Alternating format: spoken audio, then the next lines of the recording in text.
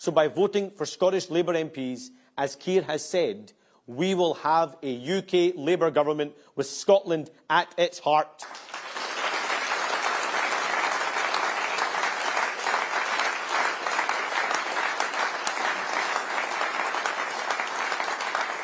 The six steps we are outlining today are a down payment on our commitment to a decade of national renewal. They are the cornerstones of our plan to transform our country. But this is just the start. With Keir Starmer in Downing Street, we will have a government on the side of the people of Scotland, on your side, because Labour is the only party trying to pull our country together.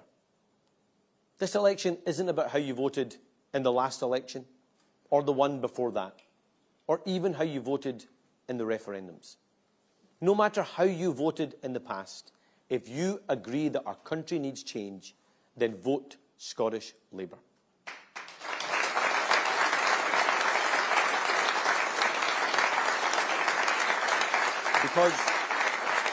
Because we stand at a key moment in our nation's history. There's a choice ahead of us. We cannot afford 5 more years of this rotten Tory government. We cannot afford 5 more years of sleaze, chaos, incompetence with higher bills punishing working families. And we cannot afford to miss this opportunity for change. So on the 4th of July, a vote for Scottish Labour is a vote to boot out this rotten Tory government, a vote to maximise Scotland's influence, and a vote to deliver the change Scotland needs. Together, let's go win that future together. Thank you. Thank you.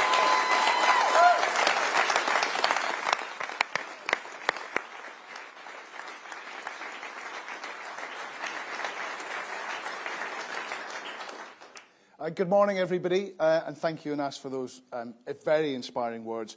My name is Mike Souter. I am a Scottish entrepreneur, and I've worked with businesses right the way across the world. Now, in these tough times, some people will try to tell you that this is as good as it gets, that the best that any government can do is to manage decline.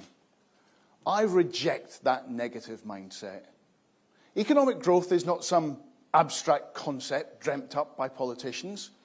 It's about working together, government and business, to create more new jobs, better wages and more investment to stimulate the economy and to improve people's lives. Increased prosperity can fund better public services and help support those who are struggling to support themselves. Under the current Conservative and SNP administrations, Scotland has gone backwards economically. Productivity has declined, growth is in reverse, and ambition has stagnated. Scotland produces fewer new business startups per head than anywhere else in Britain. Yet Scotland is one of the most enterprising nations on earth. It shouldn't be this way. And that's why I back the vision and commitment of Keir Starmer, Rachel Reeves, Anas Sarwar, and the Labour Party.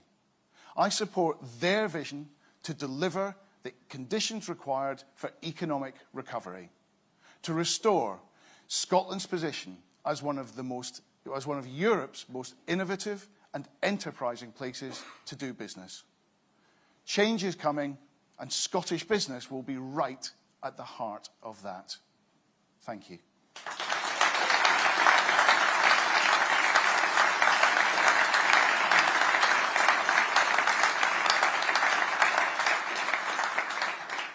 It's now my very great pleasure to introduce the Deputy Leader of Scottish Labour, the brilliant Jackie Baillie. Thank you very much. Very kind of you.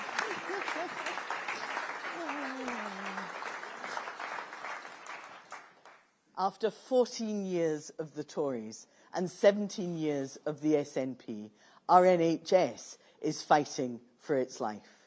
Now, we can all see it, because almost 1 in 6 Scots are stuck on an NHS waiting list. Incredible. Too hard to care for us, are exhausted and demoralised. Lives are being put at risk every single day because services simply can't cope. But this can't be as good as it gets. Our NHS needs change, and Labour is ready to deliver it. Labour founded our NHS, and we will always fight for it.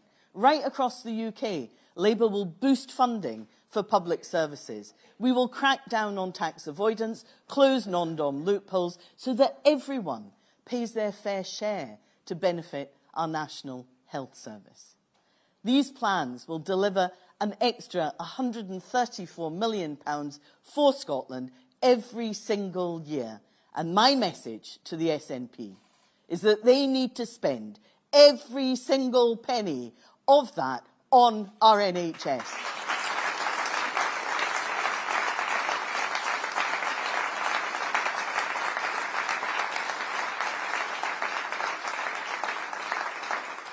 Now, this would deliver an extra 160,000 appointments a year, cutting waiting lists, clearing the backlog, getting people the care that they need, restoring the founding promise of our NHS of free care at the point of need. Labour will fix the fundamentals, and we will give our NHS a fighting chance. But we need change in Holyrood too. We need an end to SNP incompetence, mismanagement and waste. A real workforce plan to give our NHS and social care the staff they so desperately need. An end to delayed discharge, which pours millions down the drain every single year. Now, in 1948, we created our NHS. In 1997, we rescued our NHS. And on the 5th of July, 2024, the 76th birthday of our NHS, we will begin the process of rescuing it again.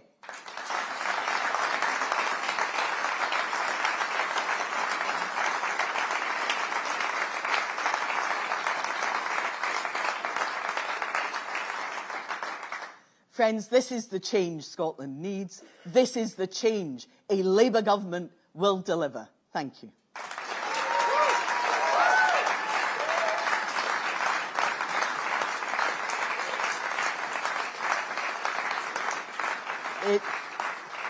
It now gives me great pleasure to introduce my friend and the inspirational Deputy Leader of the UK Labour Party, Angela Rayner.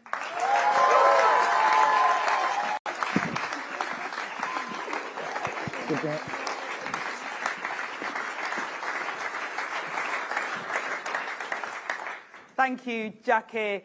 And just over a month's time, Scotland will be going to the polls to make a big choice. A choice between change or more of the same. More chaos, more division, more managed decline, if it's ever been managed, that is.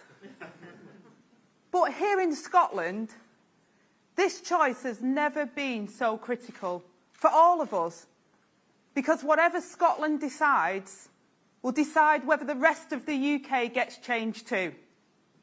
I don't say this lightly. We need you.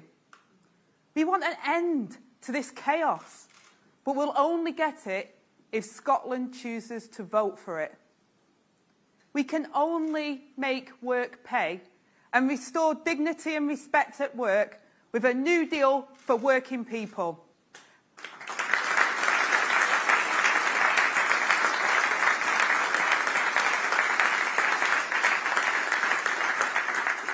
And we need Scotland to send a government to Westminster, not just a message. You don't need me to tell you how the Tories have treated working people. We all know how hard it is to get decent jobs with stable hours and decent pay that you can raise your family on. And it's a problem for our businesses too. They can't retain the workers or reach the productivity they need to grow. Our plans will be good for workers, good for business, and good for our economy. And the SNP, they're just as bad, thinking they can pull the wool over our eyes. But we all know that Scotland is the zero-hour contracts capital of the UK, and we won't forget that they promised these casual hours as a positive employment destination. And just contrast that with what we're promising. the biggest upgrade to rights at work for a generation.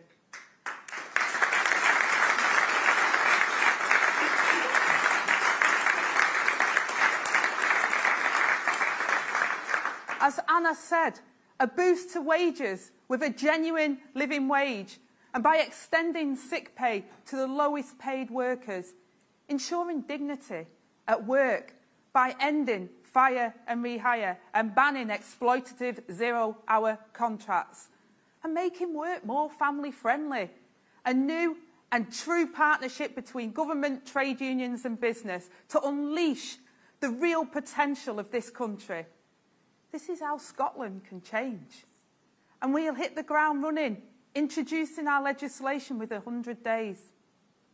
And this is core to our mission of growth, raising living standards everywhere. But it can only happen if Scotland votes for it.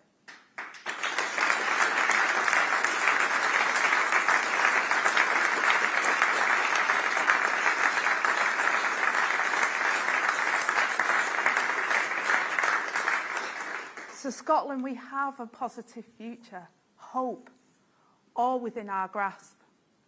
And now, I am delighted to pass over to the next architect of Great British Energy, Ed Miliband.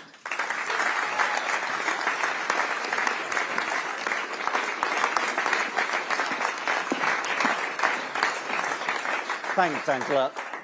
Look, every family in Scotland has faced rocketing energy bills during this crisis. And we have been hit harder than other countries because we have been left so exposed to energy markets controlled by dictators like Putin. And the Tories and the SNP both bear the blame.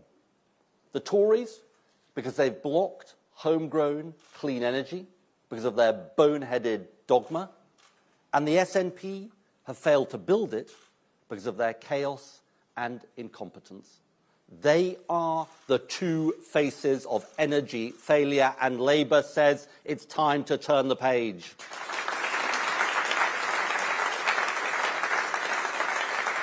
And our mission is simple, which is to ensure energy security and cut bills for good with the biggest investment in homegrown clean energy in our history. Because clean energy we produce at home is cheaper than imported fossil fuels and more secure because dictators can't control it. And with our plan, Scotland will be the clean energy powerhouse of Britain. Our first step, Great British Energy, our new publicly owned energy company headquartered here in Scotland, investing in the future, floating offshore wind, carbon capture, hydrogen and clean energy projects across this nation, mobilising the North Sea and its communities to decarbonise Britain and lead the world again. Tens of thousands of good jobs, with strong trade unions, re-industrialising our country. And what a contrast with our opponents. You know, people will remember this. The SNP promised a publicly owned energy company for Scotland 7 years ago and abysmally failed to deliver. And the Tories, you know, it's going to surprise you this. They believe in public ownership of our energy system. By France, by Sweden, by Norway. They'll have any public ownership as long as it's not British public ownership. We think different, and that's why we're going to set up Great British Energy.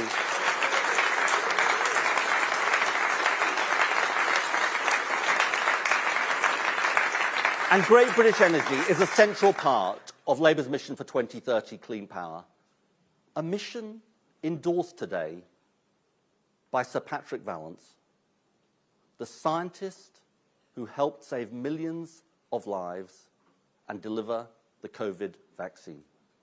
His endorsement shows that Labour has a plan for energy security which is both bold and credible, and we should heed his wider message. It's time to mobilise our scientists, our engineers, our businesses, our innovators, our communities across Scotland in this mission. It's time to end the defeatism that says Britain can't lead anymore. It's time to face up to the climate crisis and take it on. And when Keir talks about mission-driven government, it's not a slogan, it's a call to arms for our country. We are the optimists in this election. We're the optimists that say Britain and Scotland's best days lie ahead. And this is the election choice. Lower bills, energy security and climate leadership with Labour. Or higher bills, energy insecurity and climate delay with the Tories and SNP. A Labour government ensuring better lives for people today and fulfilling our obligations to the generations of tomorrow. This is the prize within our grasp. This is the mission of the next Labour government.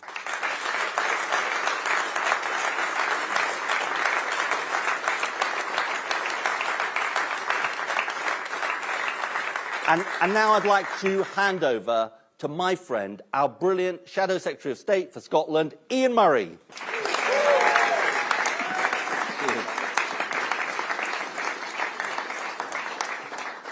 Ed, thank you very much indeed, and good morning. I'm Ian Murray, the Shadow Scottish Secretary, candidate for Edinburgh South and co-chair of the Scottish General Election Campaign. I'm here to talk about how Scottish Labour MPs like Martin, at the heart of a UK Labour government, will maximise Scotland's influence. No matter where you go in the world, when you say you're Scottish, it immediately invokes a response based on what Scotland has given and continues to give to the world. That is one of the biggest opportunities we have to grow our economy and create jobs. By using the reach of the UK's global trade networks and embassies to promote Scottish businesses, boost exports and attract investment, we can create more jobs here in Scotland. Scotland is the best country on earth. Our produce, like whisky and salmon, are world-leading. Our achievements in services, the field of science and innovation, are pound for pound the greatest of any country on earth. On services, science, produce, creative industries, tourism, research and development, we can lead the world, create the jobs and drive investment into this country. All we need is a global platform to do so. But for more than a decade, we've had two governments more interested in selling their version of Scotland to Scots, rather than selling Scotland to the world. That changes with a Labour government. We will work with the Scottish Government to promote our brilliant country and all we have to offer. I want to lead a Scottish trade mission to every corner of the earth and make the Scotland office Scotland's window to the world. It isn't just Be Scotland the Brave, it will be Scotland the brand, and it will deliver jobs, investment and growth that will go back into our public services like the NHS. I can't stress enough the difference it will make, having Scottish Labour MPs who want to deliver change, rather than MPs from other parties that only deliver stunts and unproductive opposition. Remember Ian Blackford leading a walkout at Prime Minister's questions, and SNP MPs are threatening even not to turn up if they get re-elected. For too long, we've had two parties determined to use politics to send a message. But in a matter of weeks, we can use politics to do much more than that and send a government. With Scottish Labour MPs at its heart, making decisions to improve our country and your communities on the government benches. Let's take this incredible opportunity to remove the Tories and maximise Scotland's influence. The only way to do that is to vote Labour. This is the change Scotland so desperately needs.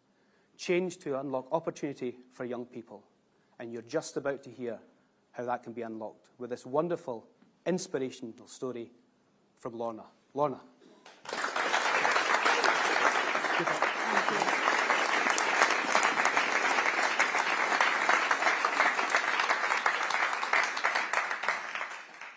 My story is a different one to most you'll hear today. I grew up in Aberdeen. I was in care from aged 4 to 16. I fell pregnant at 16 and for a long time I was a young mum making my way in the world. Also aged 16, I got some qualifications from school and started my career, which I loved. After spending my childhood in care, it's probably no wonder I myself then chose to become a care worker. But after 7 or 8 years, I started to wonder if I could go further. So I looked online and found a welding course at Fife College. I'd never picked up a tool before, but I thought, why not? I'd always preferred practical work. I paid £500 from my savings so that every night for 12 weeks I learned a new skill, welding. After that, Fife College and Harland and Wolff awarded me with a scholarship, which when I qualify later will make me a fully qualified welder. That wasn't an easy decision, especially for a working class girl like me in a male-dominated industry. I'll always be grateful to Dennis, my tutor at Fife College, and the guys at Harland and Wolff who put their trust in a girl to succeed and knock down the barriers to getting on.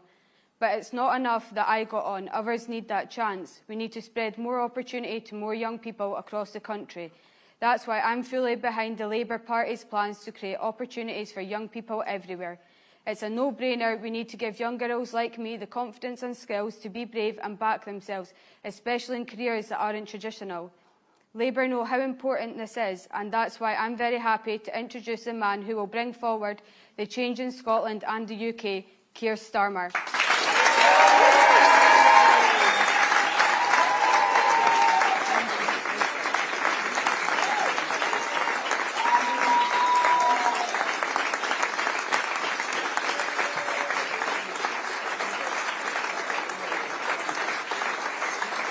Lorna, can I say thank you?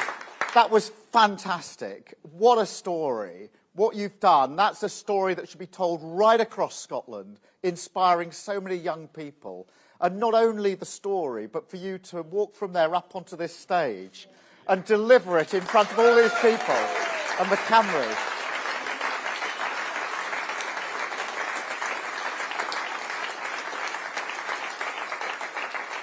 That is what inspiration is all about. And I can tell you, with our plans for infrastructure, we've got a lot of work coming your way as a welder. Thank you, Anas, and all the other speakers. Anas, thank you for your friendship and your leadership here in Scotland, along with Jackie and with Ian, because together we have transformed and changed the Labour Party and put it back in the service of working people. So thank you, Anas.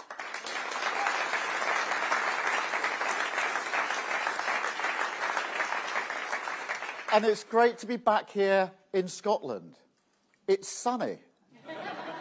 And I seem to be here every other week. And that's not just because of the tandoori salmon in Mr. Singh's in Glasgow, which is getting quite a reputation. But it is fantastic to be here and to be with all of you to launch these first steps because, look, the wait is over. The Prime Minister has called a general election. We've waited a long time for this. Scotland has waited a long time for this. A chance for an election, a chance to change.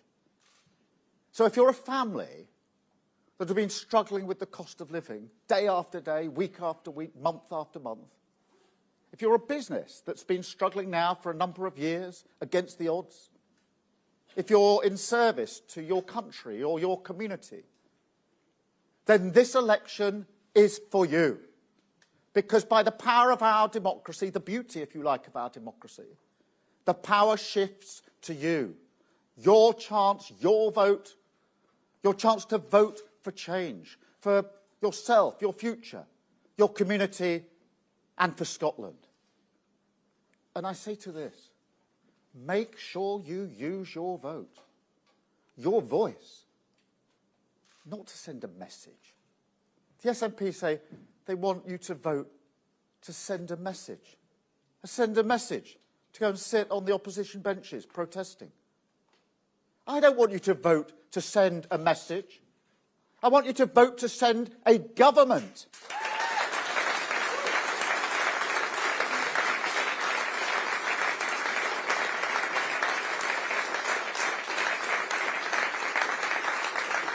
A Labour government with Scotland at its heart.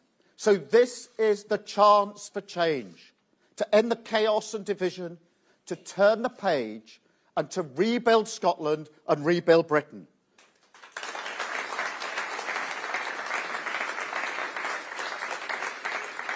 Because we have to stop the chaos.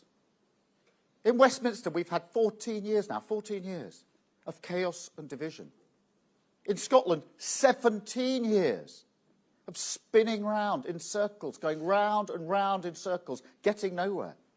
In Westminster, 5 Prime Ministers in a row. Here in Scotland, 3 First Ministers in 3 years. That's failure, that's not delivering, that is not good for Scotland. And there's a cost. There's a human cost. There's always a human cost of chaos and division and spinning around getting nowhere. And Anas and I went to a community centre, not that far from here. And we were at an event. We finished the event. And then I was doing a short piece to camera using an auto cue. So I went to the edge of the centre, set it up, and did my piece to camera. There was a 7-year-old girl there. She'd been with us during the event. She was very, very sparkly, huge personality, quite incredible. And as I was doing my piece to camera, I saw her come over and watch what I was doing, really intrigued. What is this? This camera rolling, some words. And so when I finished, I said to her, well, do you want to have a go? Do you want to see what it's like? And the words she said to me will stick with me forever. She said, I don't read me. I don't read me. I carried those words all the way home with me. That went right through me because that is the cost that she is paying for the failure here in Scotland under the SNP. And they're not going to change. The Tories won't change in Westminster. The SNP won't change here. It'll be more chaos, more division, more sleaze, more scandal, and they'll feel more entitled if they get more at this election. So we have to stop the chaos. We have to draw a line. But here's the good news. You don't have to put up with it anymore. You can choose change.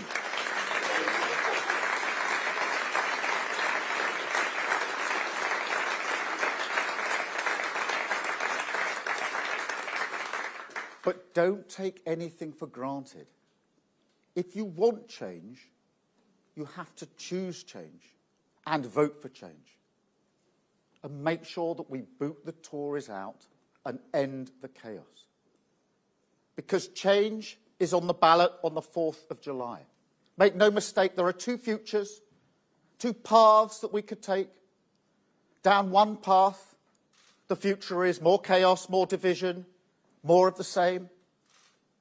Down the other path, hope and unity, a chance to take Scotland forward, to take Britain forward. Now, Anas and I, Jackie, Ian, Angela, Ed, the whole party has changed the Labour Party to put it back in the service of working people. And what we ask now at this election, humbly, is the opportunity to change Scotland and to change Britain and put them back in the service of working people.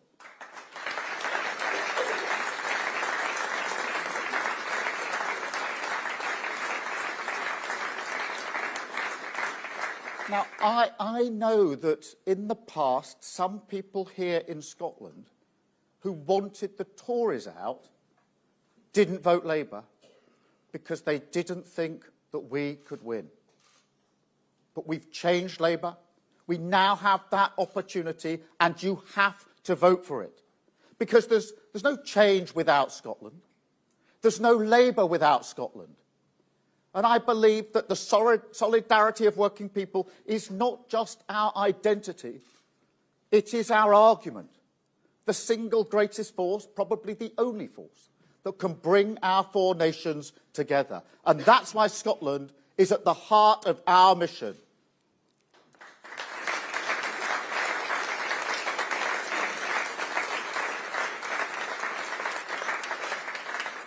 And Anas and I have worked side by side to deliver across Scotland. We've got huge ambition for Scotland. But like all ambition, it has to start with first steps. First steps that we've set out this morning. As you'd expect, ruthlessly well prepared, fully costed, fully funded, and ready to go.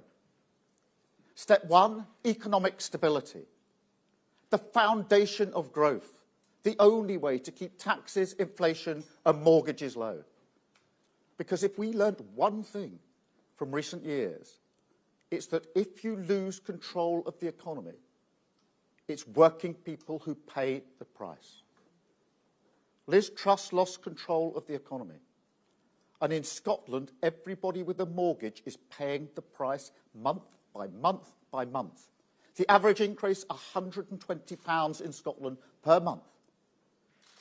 People desperately worried about whether they can afford it, what they can't do as a result, even thinking of having to sell their house and downsize. How do you think they feel when Rishi Sunak says, we've turned a corner, everything's fine?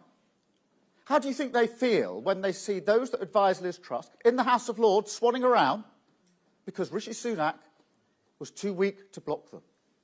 They are paying the price.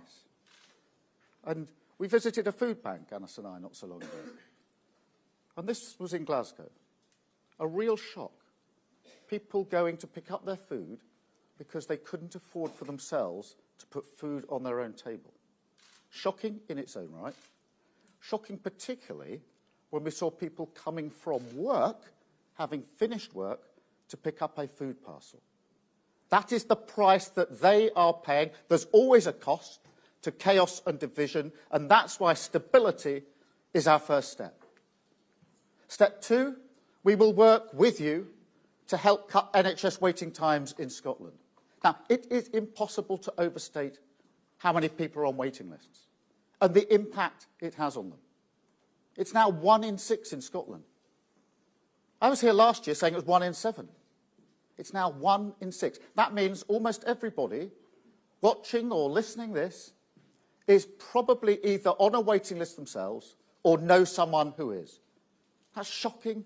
It's absolutely shocking. And what we can achieve together is 160,000 extra appointments every year here in Scotland. What a difference that would make. And we would pay for it by cracking down on tax avoidance and getting rid of the non-dom tax status. Step 3, make work pay with the New Deal for working people. As Angela says, the greatest levelling up of workers' rights in a generation. And what does that mean? 0 hours contracts banned, fire and rehire ended, a genuine living wage. Because I believe that everybody is entitled to dignity and respect at work. That is a bare minimum. But I also know that dignity and respect at work are essential for economic growth. Step 3. Step 4, Great British Energy, that publicly owned company, owned by the taxpayer, making money for the taxpayer, harnessing clean power. Do you remember what the Tories said 10 years ago? Cut the green crap, stop the investment, stop insulating our house, made us more exposed to what was going on in the world. And as a result, your bills higher. I want to be clear, we're not turning off the taps for oil and gas. That'll be part of the mix for decades to come. But the transition is coming. We can't stick our head in the sand. And as Ed said, renewables are cheaper. There's a massive prize here. Lower bills, security, the next generation of jobs. So clean power is the best opportunity we've had in a generation for the next generation of jobs. Now, other countries are in the race. Look across Europe. Look to America. And Rishi Sunak's in the changing room. I want to be in the race, and I want to win the race. Why not Scotland?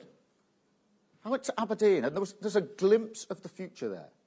Because what I saw and talked through with the energy sector there and the workers there was the pipelines they were going to use for carbon capture, the skills they would use for the next generation of jobs. And I asked them, how long would these jobs last for? And they said decades upon decades upon decades. Jobs for the next generation here in Scotland. And Scotland can and Scotland will lead the clean energy revolution. And that's why Great British Energy, which will cut those bills, which will give us that security and those jobs, will be headquarters right here in Scotland.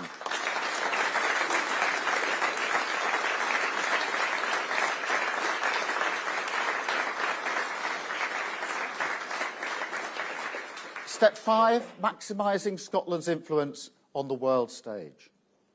I'll give you an example of that. Scotland has the second largest offshore wind capacity in the world.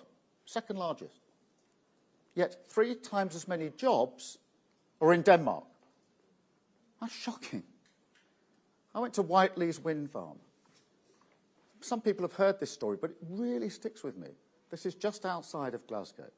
There's, I don't know, 200, 300 wind turbines there. Really huge bits of engineering and skill and design. And I went up and they were turning around, generating energy. Had 2 problems. One, we didn't have a battery big enough to store the energy, so they were turning them off because of a lack of planning. Second, I asked a question. I said, how many of these incredible pieces of kit, this incredible manufacturing engineering, how many of them were built in Scotland? None. Not one. They were towed in from other countries. Not a single one was built here. We have to end that. We can change that. Floating offshore wind is the next generation. We can get ahead. Not only have floating offshore wind, but build it here in Scotland with manufacturing, jobs, engineering, building on the skills that we have here. Promoting Scotland abroad, Scottish business abroad, boost exports, and attract investment needed for jobs here, good jobs, in Scotland. Step 6, jobs and opportunities for young people. Training people for the future, for the jobs and the work and the lives they're actually going to live. Make sure that young people can get the apprenticeships they need, whether in welding or anything else. Support first-time buyers. And work with ANAS to create 50,000 Scottish jobs in clean energy. So this election is the chance. It's the chance for change, the chance for renewal, the chance for Scotland and Britain to go forward. A new generation of Scots on Labour government benches, working with me for Scotland and delivering for Scotland. And I believe Scotland can lead the way, lead the change, stop the chaos, turn the page, rebuild. Now make sure you take that chance. Make sure you vote Labour. Thank you. Thank you.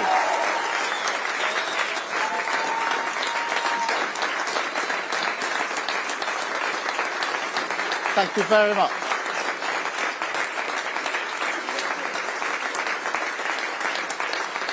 Thank you.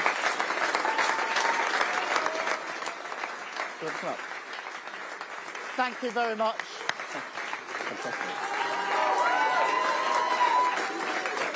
Give her a wave, I look at it. Good. Now, we're going to take a number of questions from the media, and I've got a list, I think and I hope, of all those that want to ask questions. So I'm going to start with BBC Scotland and David. David. Thank you, Sir Keir. David Wallace-Lockhart from BBC Scotland. Over the past 48 hours, you've ditched candidates. In recent months, you've ditched policies. How can Scots be confident you won't ditch these first steps when they no longer suit you? Those first steps are fully funded, fully costed, fully set out, and what a game changer they would be. Great British Energy. You saw Sir Patrick Vallance, who's gone through our plans, validated our plans. This is the man who advised the government during the pandemic, literally saved lives, and was one of the main drivers of the vaccine task force. He has said how credible this plan is, what a difference it would make. These are serious propositions about changing Scotland and changing Britain for the future. I'm absolutely sure that they'll make a massive difference here across Scotland. Thank you very much. Carl from ITV. Thank you, Sir Keir. Angela Rayner, down here on the front row, says that Diane Abbott should be allowed to stand if she wants to. Anas Sarwar, standing beside you, says he agrees with Angela Rayner. Do you agree with them, or are you sticking to the line that no decision has been taken? Well, no decision has been taken, so that's the factual position. No decision to bar Diane. Obviously, she's got the whip back, and she's been a trailblazer for many years. But the fact remains, no decision has been taken. Thank you, Carl. Tamara from Sky. Tamara Cohen, Sky News. So, Keir, unions that back your party say this energy policy is a ban without a plan because it won't create as many jobs as may end up on the scrap heap. Are you worried it will lose you votes here in Scotland, which is so crucial to a Labour victory? Look, I've been very, very clear when it comes to the transition that we're not turning off the taps. Oil and gas will be part of the mix for many years. We're not revoking any licences. But a transition is coming. And when Ed and I went to Aberdeen with Anas just a few months ago to talk to the workforce, of course, to talk to the unions, to talk to the energy sector, everybody knows the transition is coming. Everybody's working towards that transition. The investment is already beginning in that transition. Thought is being given about that carbon capture and how the same skills and pipelines could be used. The worst thing we could do now is do what Rishi Sunak is doing and put our head in the sand and pretend it's not happening. And I'll tell you for why. That's what happened when coal was coming to an end. And we are still paying the price in communities across the whole of Scotland and across the whole of the United Kingdom. I'm not prepared to let that ever happen under a future Labour government. This is about the next generation of jobs and the generation after that, because I'm never going to allow a transition to happen which hasn't been planned for. So yes, we want to make sure we guarantee those jobs. We create even more jobs for the future, and jobs that are lasted, not just 10 years or 20 years, but, decades and decades and decades to come. The worst thing we can do is put our head in the sand, because that is exactly what the Prime Minister is doing. Anna. Can I just add to that? Look, I can understand why workers in the North East who have heard 14 years of promises from the Conservatives that have been broken and 17 years of promises from the SNP that have been broken, being really nervous about what happens next. And that's why it's really crucial that we demonstrate that we understand the transition needs to happen. We're all agreed on that, but we work together in collaboration. And as Keir has said, and I'm saying it directly to people in the oil and gas sector, the renewable sector right now, there will be no turning off the tap. There will be no cliff edge. Oil and gas will play a significant role for decades to come, partly because it's the right thing for us to do. We have to protect jobs. But also, if we are to get the scale of investment that's required, we need the oil and gas giants to be part of that investment as we push them towards that renewable future. That's a joint-up plan that is good for Aberdeen, good for the North East, good for Scotland and good for the UK, and one that UK Labour government will deliver. Thank you. Chris, GB News. Chris Hope, GB News. Sir Keir Starmer, is convicted criminal Donald Trump a man you can do business with if you're Prime Minister in 5 weeks' time? And on your Green announcement today, what if the wind stops blowing? Will the lights turn off? Chris, on the... obviously, first and foremost, we respect the court's decision in relation to the decision in the Trump case. There's sentencing still to go and possible appeals, but we respect the court process. In the end, it is for the American people to decide who they want to elect as their president. And if we're privileged enough to come into government, we will work with whoever is elected president of the United Kingdom. That's what you would expect. We have a special relationship with the US that transcends whoever the president is. But it is an unprecedented situation. There's no doubt about that. And there's a long way yet to go, I think, in relation to what happens next. Thank you, Chris. And on the question of wind, look, it's always going to be a mix of renewables for the future. Solar, offshore wind, nuclear, hydrogen, they're all part of the mix. But the important thing is this: oil and gas is running out. It isn't going to last forever. We can't ignore that. The transition to renewables is where the sector is. If you go to Aberdeen and talk to the sector, they are talking about the investment they need to put in renewables. It's cheaper. It gives us energy security, because oil and gas is sold onto the international market. We don't control the price, and hence, proof of that, if you needed it, was when Ukraine was invaded, our prices went up. If we had control of our prices, that wouldn't have happened. So lower bills, energy security, and the jobs of the future. That's why other countries are in this race. That's why the Americans are in this race. I don't want us to sit this race out and then in 10 or 20 years regret it when all the jobs and the energy production is elsewhere, and we haven't done it for ourselves. We have incredible resources, incredible sort of natural resources, as well as skills. We need to take advantage of that. We need to be in the race to win the race. Why not Scotland, would be what I would say. Thank you, Chris. Ewan from STV. Thank you. Ewan Petrie, STV News. Sir Keir, you've guaranteed that your energy plans won't cost thousands of jobs in Scotland, as the sector predicts. How can you make that guarantee, and what is it based on? Well, the guarantee is based on the fact that we're not turning off the taps, we're not revoking the licences, and then oil and gas is part of the mix for decades to come. On top of that, there will be new jobs, tens of thousands of new jobs, created by the transition to renewable energy.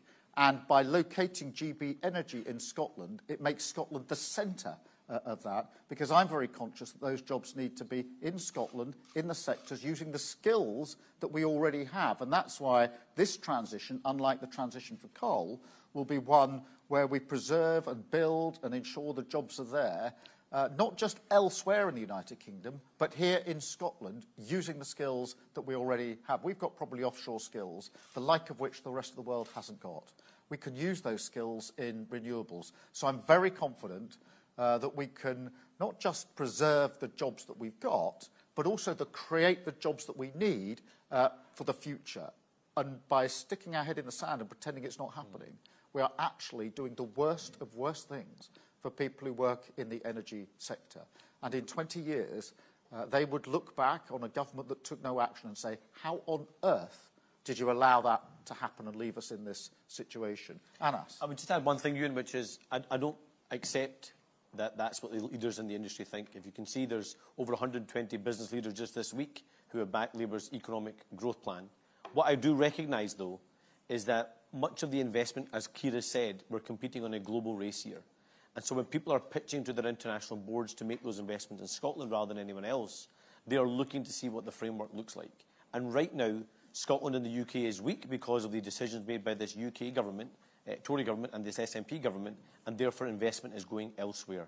By working in genuine partnership and collaboration and demonstrating that we're going to put skin in the game by having GB Energy, a publicly owned energy generation company that's going to make that public investment, I think we can attract that investment to come to Scotland. And therefore, I don't accept the attack from our opponents who want to throw up big, scary numbers. Remember, they tried to do it back in 1997 when Labour was promising a windfall tax on utilities and was promising to introduce a national minimum wage. The very same political opponents then said it would cost hundreds of thousands of jobs in Scotland and jobs across the UK. What happened instead?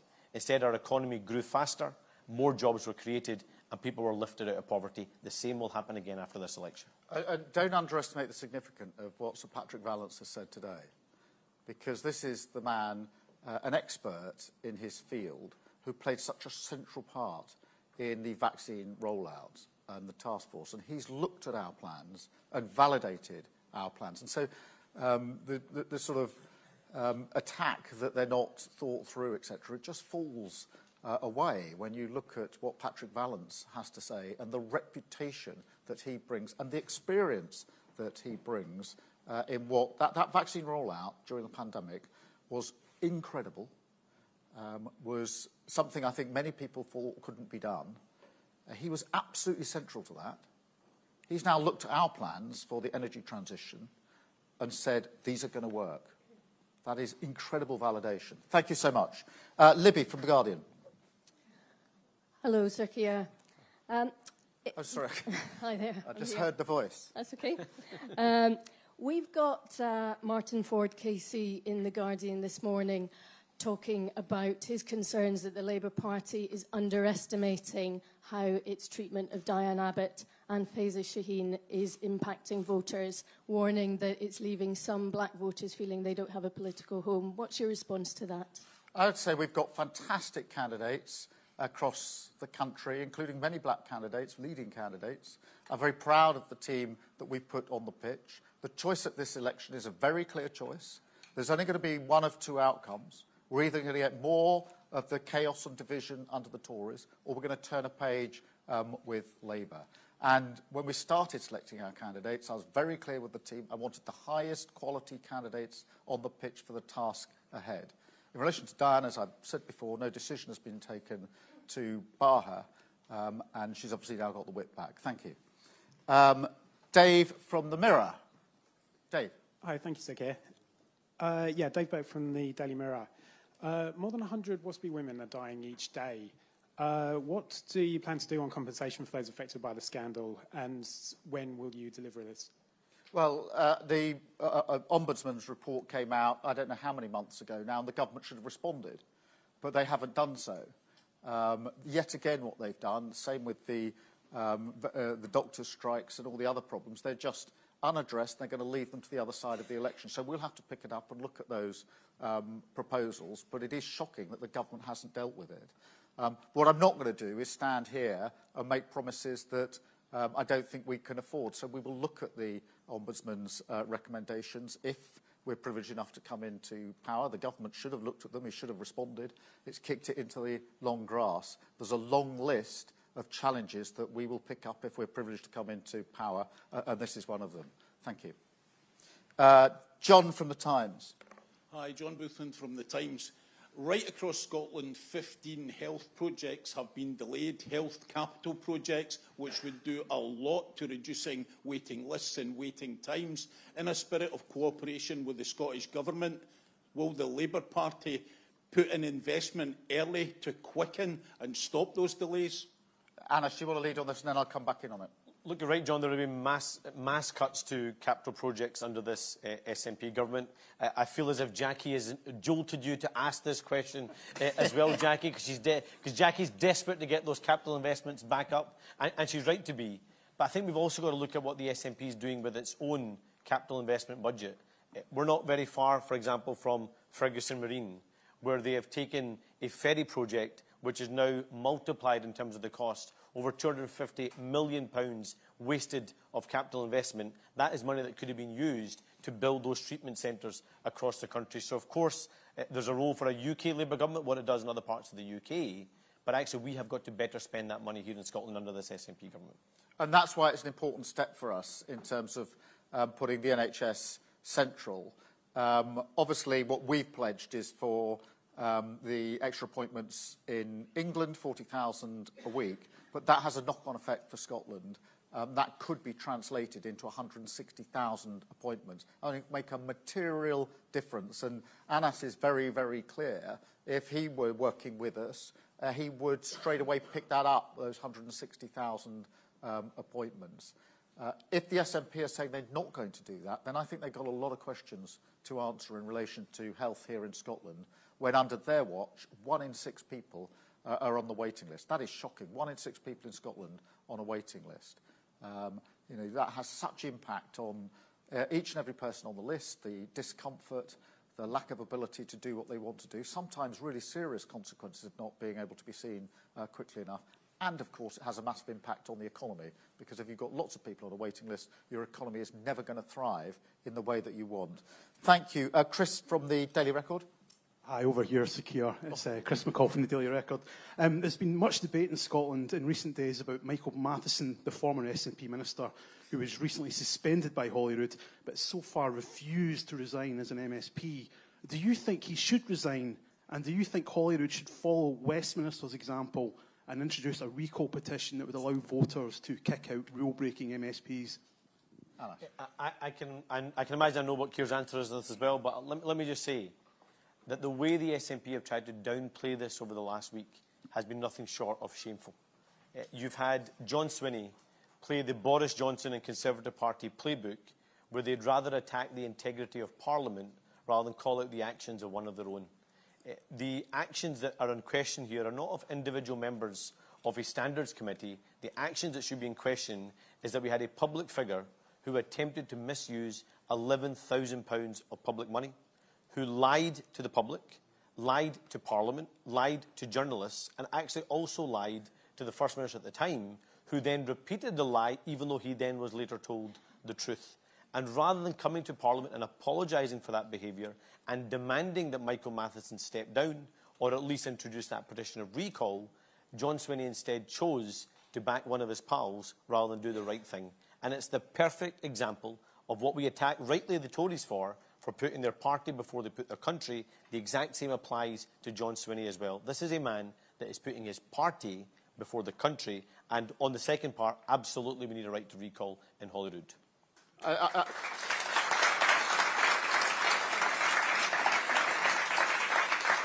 I'd simply add that the parallels with the Tories and the SNP are very striking now. You've got chaos and division, both in Westminster and with the SNP. You've got unelected leader after unelected leader in Westminster and with the SNP. And now on standards in public life, you've got the SNP picking up the Boris Johnson playbook. I mean, that's how striking the examples are. So, of course, as Anas says, there should be a recall petition. It's worked well in our Parliament. And we've had a number of by-elections, which we've very much enjoyed. Including Michael's. We have Michael Shanks here. Chloe from the Eye. Thank you. Chloe Chaplin from the newspaper. You said today you want to get working on Great British Energy within months. Can you be more specific and confirm to voters if it will be fully up and running within a year? And just on Diane Abbott, will she get a decision on her candidacy today? Look, on GB Energy, we can get going on this straight away and set it up. We've got advanced plans to do so.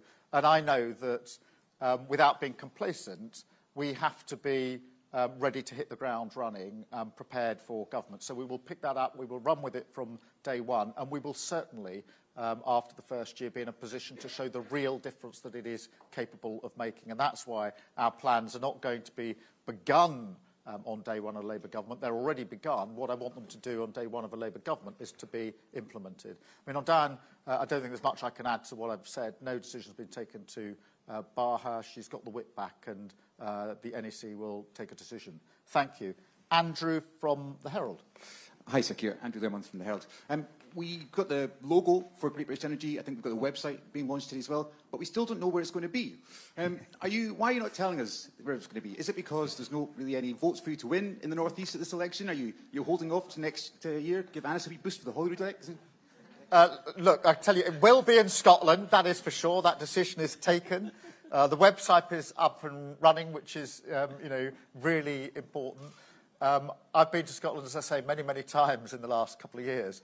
Almost everywhere I go in Scotland, I get the question from wherever I am to say, why shouldn't it be based here?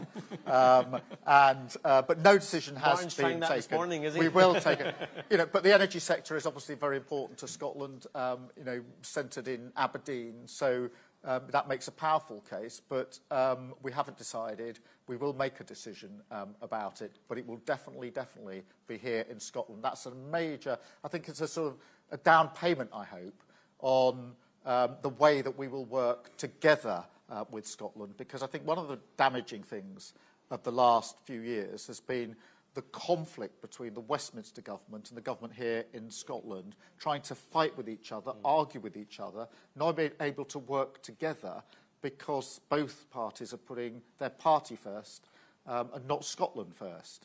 I want to change that. I want to make sure that actually the Westminster government and the Scottish government work together, delivering for Scotland. That is why the vote is so important, because at the heart of that, if people vote Labour here in Scotland, we'll have Scottish Labour MPs sitting on the government benches, making sure that we're delivering for Scotland. That's my ambition. I think it's a real game changer for Scotland if we can get that over the line. And that's why I say, if you want change, you have to vote for change. And this is a real chance at this election to do so. Thank you so much. David from The Scotsman. David. Thank you. David Ball from The Scotsman. Scotland's in the middle of a drugs death crisis. Inverclyde in particular has been very badly affected. Will you work with the Scottish Government and bring about some of those reforms that they've been calling for Westminster to provide for years, to treat the crisis more of a health emergency rather than to criminalise people? Can I just say, first of all, on that, David, absolutely this is a health emergency. One thing that we cannot escape from is that we have the exact same drugs laws in every part of the UK, but we have 3 times the number of drug deaths here in Scotland. And frankly, I find it really shameful that the SNP want to use that emergency, where people are losing their lives every single day, as another grievance tool between Scotland and the UK. I'll tell you how we can address the drug death crisis. Of course, partly it's safe consumption, which is a pilot's happening already. but actually we need to reverse the cuts to the alcohol and drug partnerships. We have to get more investment in the rehabilitation beds that have been promised by the SNP and not delivered. And we've got to make sure we're supporting those communities around, for example, family breakdown, those that have mental health crises, lack of access to employment, lack of access to adequate levels of housing, and we now have a housing emergency here in Scotland. So let's not turn this into a constitutional fight. Let's instead have government action to change people's lives so we can address that drugs emergency. So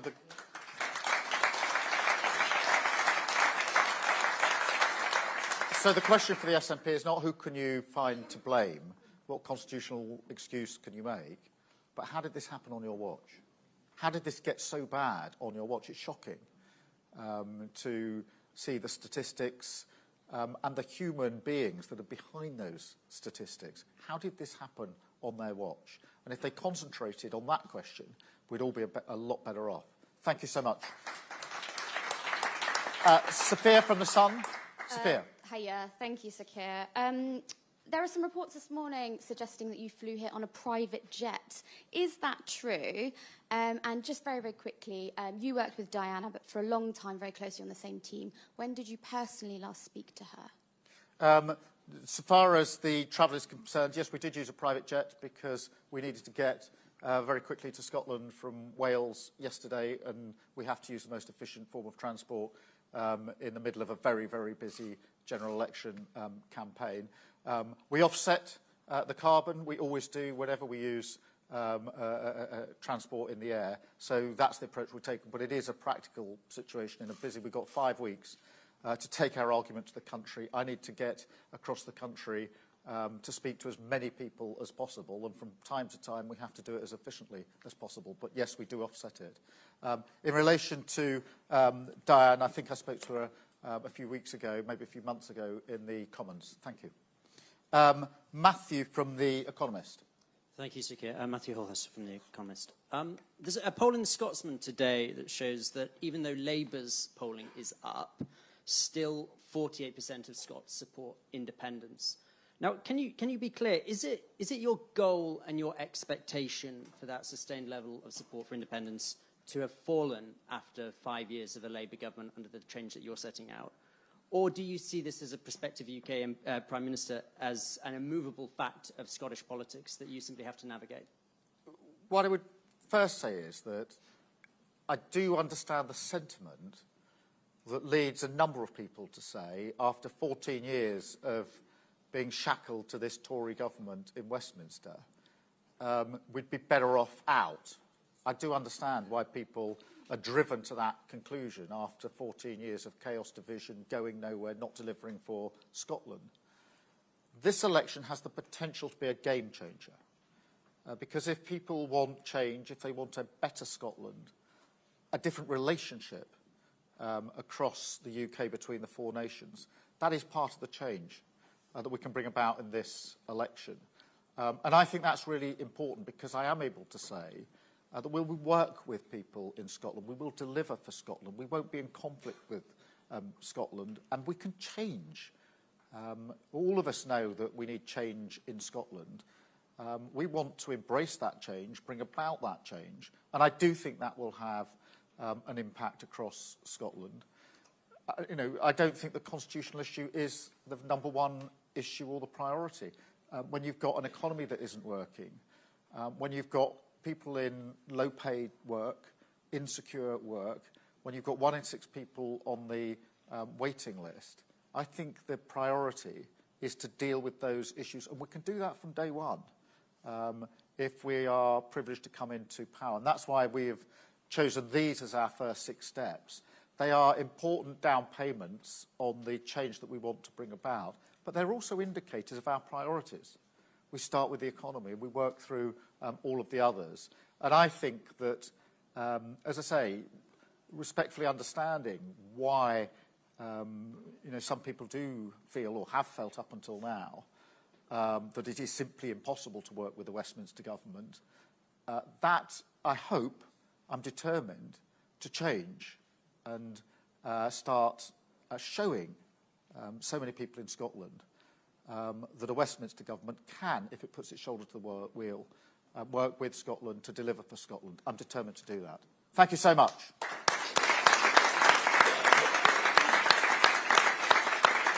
Thank you all very much. Thank you for coming this morning. Really lovely to see you. Thank you for your warm welcome. Thank you.